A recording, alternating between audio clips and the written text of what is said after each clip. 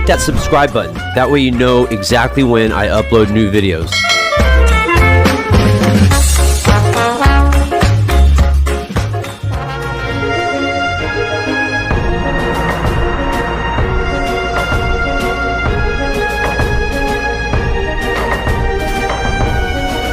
You're thinking Japanese submarines, Redondo Beach?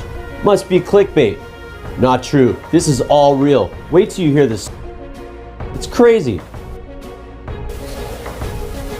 After the attack on Pearl Harbor on December 7th, 1941, 9 of the 12 Japanese submarines positioned in Hawaiian waters prior to the attack were ordered to the U.S. Pacific coast to attack merchant shipping. The submarines were assigned areas along the west coast. From December 18th through December 24th, these submarines attacked 8 merchant ships, sinking 2, damaging 2, and killing 6 crew members. Christmas Day 1941, the I-19 fired 2 torpedoes at the 5,600-ton freighter Absaroka, operated by the McCormick Steamship Company with a cargo of lumber. The first torpedo missed, but the second struck dead center on the side of its hull, causing extensive damage and blowing the cargo from the hull into the air, killing 1 crew member. Absaroka put out a distress call. Not long after the distress call, U.S. planes bombed near where the sub was last seen, and shortly thereafter, Amethyst, the sub chaser, arrived and began dropping depth charges. Lucky for us, we get to talk to Marshall Stewart, who's actually at the Hollywood Riviera Beach Club the night this happened, the day this happened, with his dad having an early dinner. He's a witness to all this. Let's hear what Marshall has to say. The Seaman's School up in Wainimi, and that I came home for Christmas.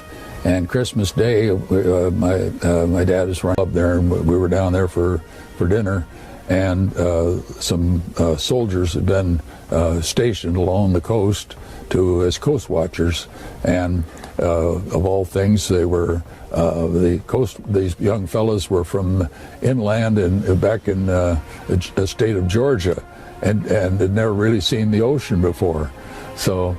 There they were, and one of them came to my dad and said, "Sir, there's a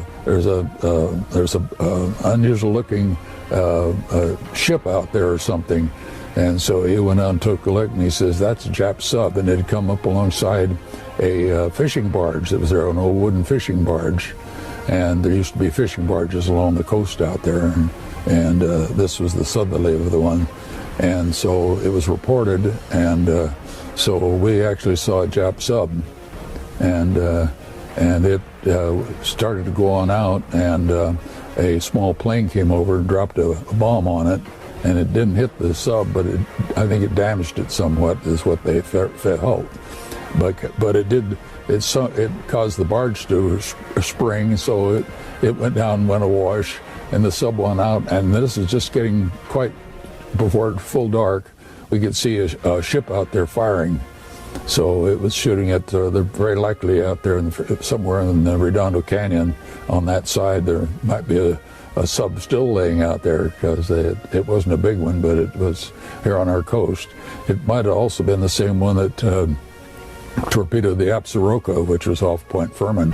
And can you tell us a little bit about that? Oh yeah, well, I can tell you the family that I more or less grew up with, the Fields family up Palos Verdes, had yachts, and they were over. This was the day before. This is the Saturday before Pearl Harbor. They were over Catalina in the Isthmus with their yacht and with friends, and we'd go over there, and we'd always walk across the Isthmus over to the Cat Harbor side, and so they went for a walk, and they went over there, and here a submarine was sitting in there, and these people were swimming in the water and over on the beach. So as soon as these people saw the Field family that was walking over the hill, they all jumped and got back on that and took off. And that was a Japanese submarine, because they could identify the people as being Japanese. And so that sub was on our coast, and it could have very well been the same sub that hit the Absaroka, which was a lumber ship right off Point Furman.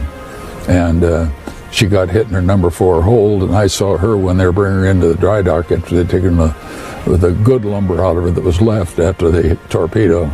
And what month and year was that the Absaroka was? That was right after the war started.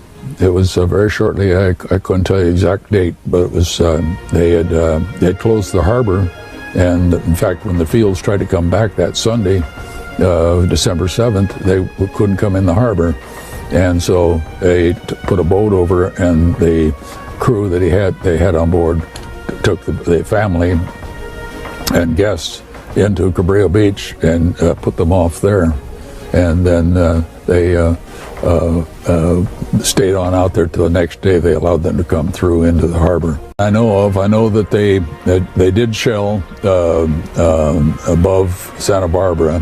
They piers and oil wells up there, and they tried to hit the tanks, and they fired some shells in there because I knew the Green family, and he was one of the executives of Signal Oil Company who had those piers and tanks that were up there above. It was called, I can't think of the name, but it's just above Santa Barbara, and so the Japs were definitely here on our coast. Mm-hmm. My 2 younger brothers were down there watching things going on there when they were shooting, and that was pretty exciting. You know, there's big guns going off. Sure. So after that whole submarine incident, 2 of these bad boys, these M155 cannons, were placed at the end of the Redondo Pier to defend itself. Since the U.S. government declared that we had actually sunk that submarine, you know what? If we did sink it, that would mean that Redondo Beach was the first city on the West Coast to successfully defend itself from an enemy attack since the War of 1812. How cool is that? That submarine could be at the bottom of that canyon, but I think they would have found it by now. I don't know.